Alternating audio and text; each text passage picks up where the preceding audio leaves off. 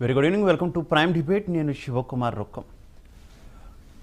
మూడు రాజధానులు పేరిట ఒక నిర్ణయాన్ని ఆంధ్రప్రదేశ్లో ప్రస్తుత ప్రభుత్వం వైఎస్ఆర్ కాంగ్రెస్ పార్టీ ప్రభుత్వం అధికారంలోకి వచ్చిన తర్వాత తీసుకుంది.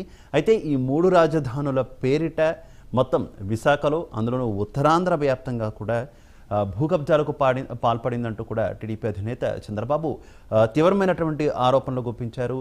అయితే దీనికి కౌంటర్గా మంత్రి బొత్స సత్యనారాయణ కూడా స్పందించారు. ఆయన అసలు ఉత్తరాంధ్రకు తెలుగుదేశం పార్టీ ఏం చేసిందంటూ కూడా ప్రశ్నించినటువంటి పరిస్థితి.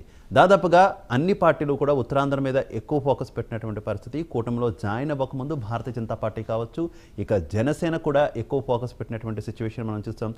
అసలు ఏంటి ఉత్తరాంధ్ర మీద అన్ని రాజకీయ పార్టీలు ఎందుకు అంత అలా గురి పెడుతున్నాయి? అసలు ఉత్తరాంధ్రను అభివృద్ధి చేసింది ఎవరు?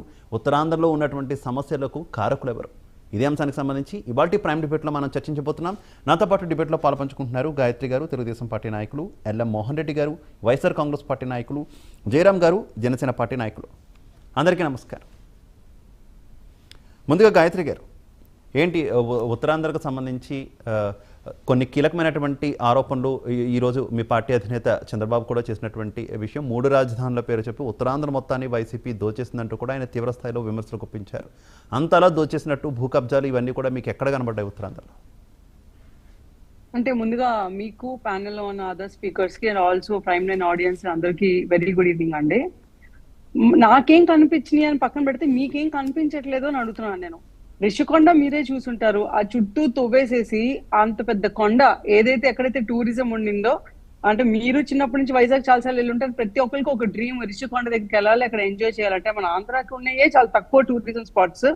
అక్కడ ఎంతమంది బాబు గారు ఉన్నప్పుడు అక్కడ స్కీయింగ్, జెట్ స్కీయింగ్ అని చెప్పి, పారా సెయిలింగ్ అని చెప్పి ఇలాంటి చాలా వాటర్ యాక్టివిటీస్ తీసుకొచ్చి ఇంకా ఎక్కువ మంది టూరిస్ట్ ని అట్రాక్ట్ చేసి ఇంకా రెవెన్యూ క్రియేట్ చేసిన రిషికొండని అర్జెంట్ గా ఖాళీ చేయించి అది దరిదాపుల్లో రేడియస్ లో కూడా ఎవ్వరు పబ్లిక్ కనీసం అడుగు కూడా పెట్టకుండా చేసి, అదంతా ఎందుకంటే అంత కొండ తవ్వేసేసి బోడిగుండు చేసి దాని అందం అంతా పోగొట్టాల్సిన అవసరం ఏంటి అందరికీ తెలుసు.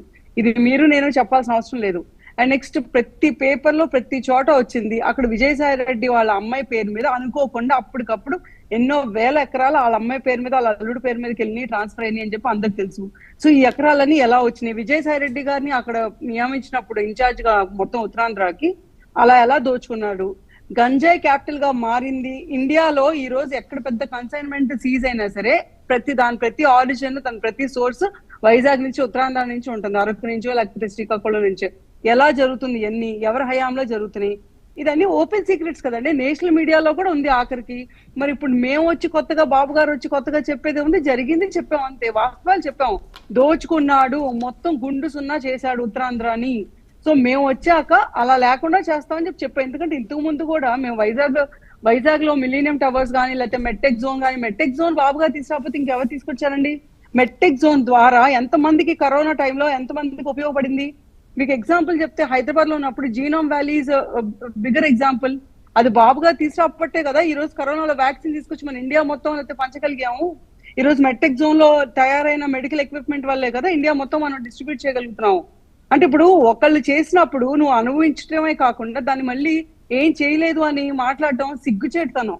మిలీనియం టవర్స్ తీసుకున్న ఎగ్జాంపుల్, మిలీనియం టవర్స్ ఏం చేశారు? దాదాపు 200 కంపెనీస్, స్టార్ట్అప్ కంపెనీస్ తో సహా 200 కంపెనీస్ ఉంటే మొత్తాన్ని ఖాళీ చేయించి ఎల్లగొట్టారు అక్కడి నుంచి. దేనికి ఎల్లగొట్టారు? ఇప్పుడు వైజాగ్ అనేది ఒక ఐటీ హబ్ లా మనం మార్చుదాం, బాబు గారు మారుద్దాం అనుకొని దానికి కొన్ని స్టెప్స్ తీసుకున్నప్పుడు నువ్వు వచ్చి ఎందుకు నాశనం చేశావు? Franklin Templeton for example. తర్వాత విజయనగరంలో అయితే ఆ పతాంజలి ఫుట్పాత్ దాన్ని క్యాన్సిల్ చేయించాడు ఈయన వచ్చాక. అసలు కొన్ని ఇండస్ట్రీస్ అయితే 19 times పవర్ బిల్ పెంచడం వల్ల మనకు వైజాగ్ లో చాలా యాక్చువల్ గా పర్టికులర్ అదేదో మినరల్ వల్ల చాలా ఇండస్ట్రీస్ ఉండింది. పవర్ బిల్ వల్ల కేవలం 9 times పెరిగిన పవర్ బిల్ వల్ల మేము కట్టలేము అని చెప్పి పబ్లిక్ నోటీస్ ఇచ్చి ఎన్ని ఇండస్ట్రీస్ ఖాళీ చేసినాయి. మా వల్ల కాదు, మా ఇండస్ట్రీస్ రన్ అయ్యేదే పవర్ మీద, కన్సంప్షన్ మీద, ఇంత పవర్ బిల్ మేము కట్టలేము అని చెప్పి. అగ్రికల్చర్ లేకపోతే స్కిల్ డెవలప్మెంట్, ఇప్పుడు నేను రీసెంట్ ఎగ్జాంపుల్ చెప్తాను. స్కూల్స్ జిల్లా పరిషత్ హై స్కూల్స్ అన్నిటికీ బిల్డింగ్స్ కి తాళాలు వేస్తారు వచ్చి కాంట్రాక్టర్లు. మాకు ఇప్పటిదాకా గవర్నమెంట్ డబ్బులు ఇవ్వలేదు అని చెప్పి అది కట్టిన బిల్డింగ్ కి స్కూల్ పిల్లలు ఎండలో బయట కూర్చున్నారు వరుసగా. అంటే there is no single field. చిన్న స్కూల్ పిల్లల నుంచి ముసలి వాళ్ళ వరకు, లేకపోతే చిన్న వ్యాపారం చేసుకునే వాళ్ళు కానీ, ఉద్యోగస్తులు కానీ అందరినీ నాశనం చేస్తారు అన్ని రకాలుగా. రాష్ట్రం మొత్తాన్ని చేస్తే ఉత్తరాంధ్ర ఇంకొంచెం ఒక మెట్టు ఎక్కువ అంతే. ఓకే ఓకే ఓకే గాయత్రి గారు. జయరామ్ గారు మీరేమంటారు? టీడీపీ అధినేత చేసినటువంటి ఆరోపణ